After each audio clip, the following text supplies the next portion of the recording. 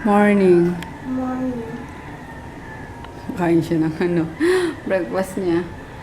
Piprituin ko lang yung yung ulam niya, hotdog and hotdog lang or nuggets, pati nuggets lagyan ko.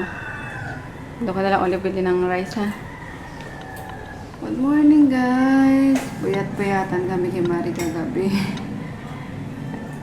Nakakaloka, may eksena kasi kagabi si Mari.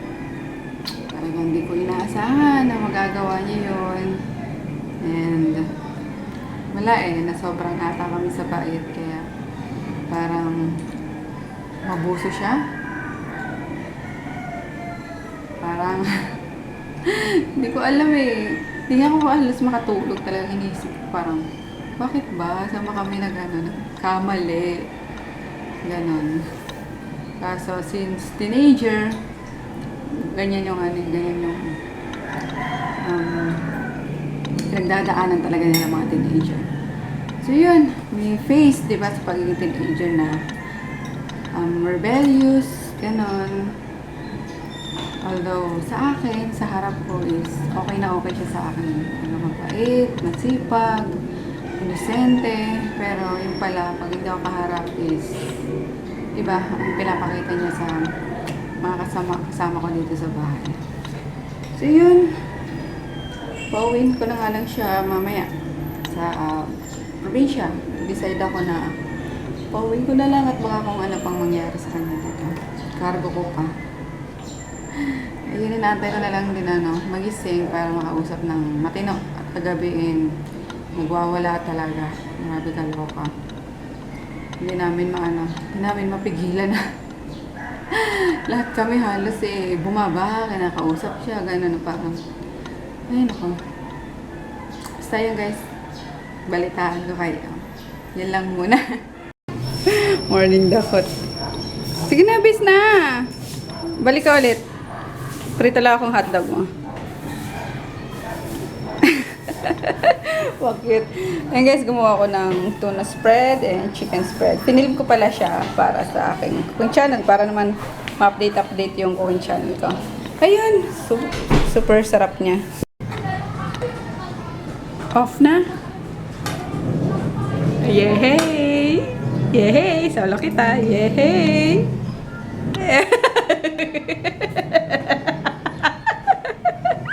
Alam na this?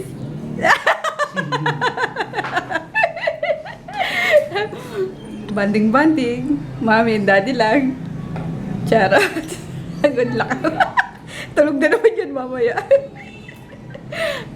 Alam na to daddy Mga pakit nete. Ayan guys. Sa taas na si Mari na himas-masa na. Buhay na. Buhay na. Tumatawa-tawa na rin. Pero alam niya na uuwi na nga siya. Nabihan ko na. Pero may kita mo sa kanya na nanghihinayang siya. Yun, kinakanta ko pa ng sayang na. Ang sarili. Pero hindi. In case naman na gusto niyang bumalik. Pwede siya bumalik. Kumbaga, paanin ko muna siya. Pabalikin daw muna sa kanila para maranasan niya na kung ano nawala sa kanya, di ba? Kung anong mawawala sa kanya kapag hindi pa siya nagtingo. So sabi nga ni daddy, bigyan daw ng second chance. Willing naman ako, kaso syempre, yun, pabalikin ko muna sa kanila. Kasi uwi din yung pinsan ko, yung kapatid ni Mark. Kasi death anniversary ng anak ko So let's see. Para kumbaga, magbabakasyon lang siya. Let's see, pag bumalik siya, edi welcome back. Pero pag hindi, wala nang magagawa. Pero sayang talaga siya yung sipag kasi. Tapos, basta di ko alam, basta. Nakakalungkot din. Pero yun nga, bigyan muna natin ng konting diction si Marie. Galing akong video, kalokang haba ng pila. Kung kailan lunchtime Saka kilometro ang haba. Ano namin natin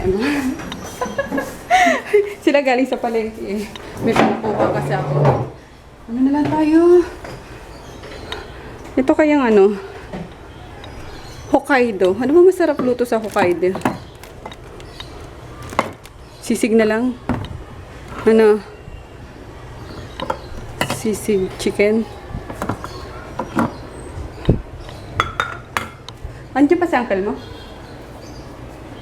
Yes, Christine? Ah, kapantay ka na naman. Di ba finish na kumain? Di ba? Ah, wala na? Tayo na lang. Gusto ko yung Hokkaido kasi di ko alam kung anong luto. Ito na lang sisig para sigurado masarap. Ayan tayo. Ayan na yung instant sisig. Daddy! Tayo na. Yan si Mariang makiling. Ang pasaway. Buti alam mo. Hawang ko din. Diba? Wala na, umalis na. Hi guys. Punta kami Pasig. May kukunin na si Daddy. Dalaw na din sa parents. Yan namin sinama si Kuloy kasi malo. Susuka nga yun.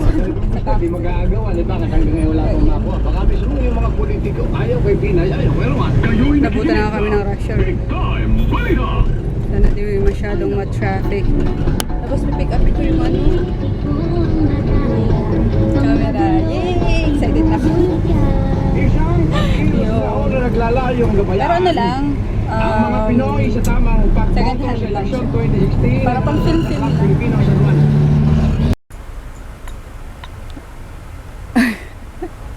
Laka ng tiyan mo, Daddy. Ayun, hi guys. Dito kami sa Pasig, sa kanila. Medyo madilim lang yung yung ilaw. Yun, nangangalkal ako ng yung mga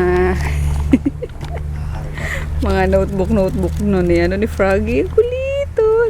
Yan ang ginagawa ni Mami. Mami niya mag-scrap booking. Ay, grabe, ang bastos. Talagang umutot pa. Hindi kasunod pa. Kababoy. Ayan o, tago-tago niya pa talaga yung mga tag dito? Mga diary nila Froggy. Nung ano pa to? Anong 19 pa to, Daddy? 1984 pa. Hindi pa nga ako buhay eh. Diba? Ganun ka si Mami sa dami. Ganun ka sinop. Lahat, pati mga pictures nila ng baby. Napakita ko na ba yun sa vlog, Daddy? Alam ko napakita ko na yun sa inyo eh. Mga baby pictures ni Froggy.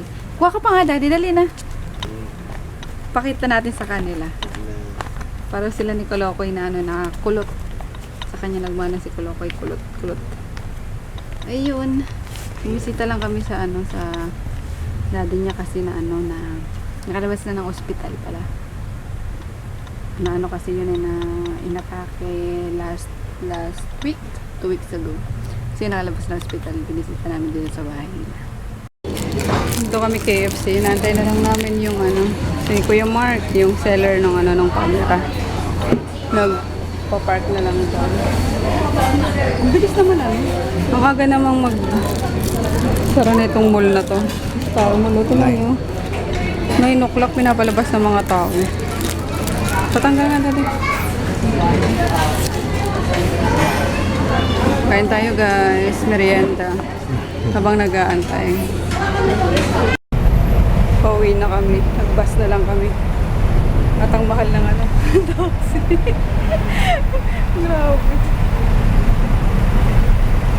Ayun, nakuha ko na nga pala yung yung camera. Warm na guys. Tulog na yung baby ko. At na lang. Hindi man lang kinumutan ni Marimara. Matulog na. Grabe yung yung sasakyan naming bahas talaga. Lumilipad, nakakaloka. Nangungunyapit talaga ako sa doon sa bakal. Ay, ganyan talaga pag pag yung mga paggabi na, lalo sa madaling araw, Diyos ko, naglilipara yan. Kala mo mga eroplano sa bilis. Kaya yun. Anyway, safe naman kami nakauwi. And yun. Hinahanap si Kolokoy ng lolo niya. Yun kasi paborito dito dun sa Sabagay, wala pa namang ibang apo dun eh. Nag-iisa nga po sa side ni Froggy. Kaya, ayun, nahanap siya. So, hindi na nga namin sinama at at lalo mangungulito to. Diba? May pasyente. Pero nag-request na baka sa Saturday or next visit namin is daling ko daw. Ayun. ko na lang siya. Good night na ako, guys. Sinatok na ako maghihilamos ako kasi kakapimple ako. Anyway, nakuha na nga namin yung yung camera. Ayan na. Yay! Ayan na, guys. No more blurry, blurry videos na.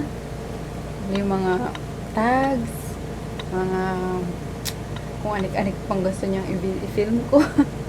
Yung kilay tag ko daw, ayun, magagawa ko na rin siya finally kasi may maayos na camera na. Ayan, see you all tomorrow. Bukas na lang yung yung shoutout. Di ko pa na ako. Bye!